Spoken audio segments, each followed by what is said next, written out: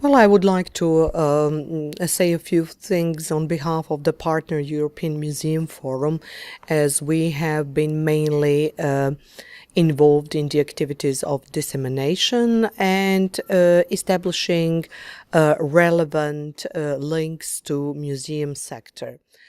What we have assumed when we started the project is that there is a lot of space for improvements in the attempts to involve new technologies in everyday museum work.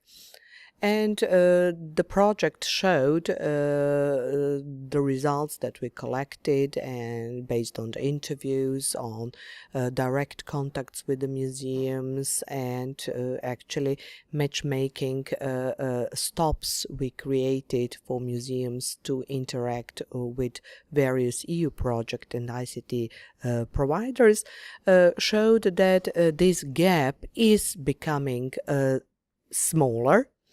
But however, there are some things to focus on in further development of the relation between the two sectors. For example, one of the things that ICT providers have to have in mind is that any action taken by the museum as a public institution should be related to the museum vision, mission, and core values. So all the necessary steps are then seen as a kind of improvement of the museum work, and not something that would be a substitute for the real experience of museum objects that is seen as a key asset of every museum.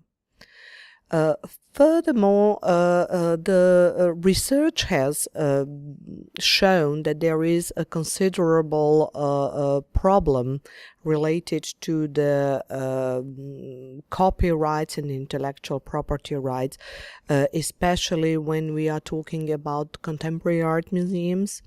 With the pieces of art and objects that have been made in recent years and still are heavily protected by the authorship rights, and also a lot of images, videos, and other visual materials that are existing in museums do have certain intellectual property rights in question. Another issues that we have debated is the thing related to the costs and benefits. So museums, when they are eager to employ new technologies, would like to know the ratio of the investment and the outcome, results and benefits they will gain. We are all the time talking about attracting new audiences, but we all know that in the period of crisis, attracting paying customers is not easy. And therefore, every investment made should be carefully thought about, and then of course there is always a challenge for museums to persuade their authorities, the decision makers, to invest the money in such things. Least problems we can see in allocating funds in digitization projects. This is something that almost all national governments supported. There have been many links created to Europeana.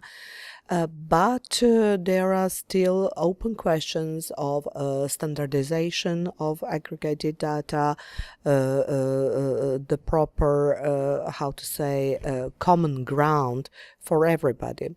What has been noticed is that the museums, the large museums, national museums who have really huge human and financial resources can be considered as leaders in the sector, and they actually set trends in acquiring new technologies into the sector. But then there is a problem for smaller and medium museums to follow the same path, as they have more restricted means.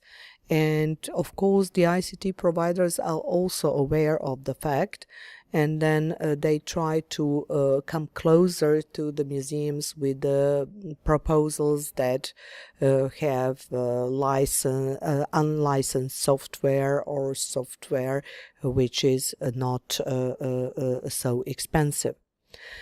Another question that is highly important when we talk about museums and new technologies is the maintenance policy. This is still something that that creates a lot of concerns in the museum sector, and the problem is how to convince the museum who take up some technologies, that they will be really supported on the way, and that the technologies they have taken up will be a long-term solution for them. So what we in museums are afraid that you have just opened the door to additional expenditures once you acquire new technologies. I hope that this project will continue and will have a life after the official closing of the financing from the European Commission. We have already arranged eCult Dialogue Day for our next EMEA 2015 meeting, which will be in Glasgow, UK. So this is obviously a proof that there is an interest in museum sector for this take-up.